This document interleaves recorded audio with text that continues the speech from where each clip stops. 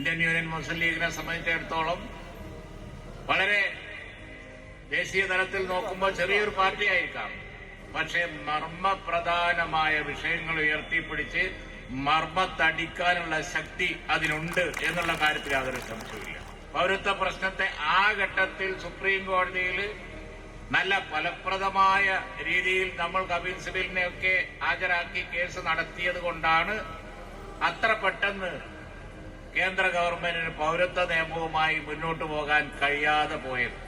അതേപോലെ തന്നെ ആരാധനാലയ സംരക്ഷണ നിയമം 91 നമ്മൾ കൊണ്ടുവന്നതാണ്. ബനാത്ത് വാല സാഹിബിന്റെ പ്രൈവറ്റ് ബില്ലും ചർച്ചയും ബാക്കിയുള്ളതൊക്കെ വന്ന അന്നത്തെ അന്തരീക്ഷത്തിൽ അങ്ങനെ പലതുണ്ടായി. ഇന്ദിരാഗാന്ധിയുടെ കാലത്ത് വന്നിട്ടുണ്ട്.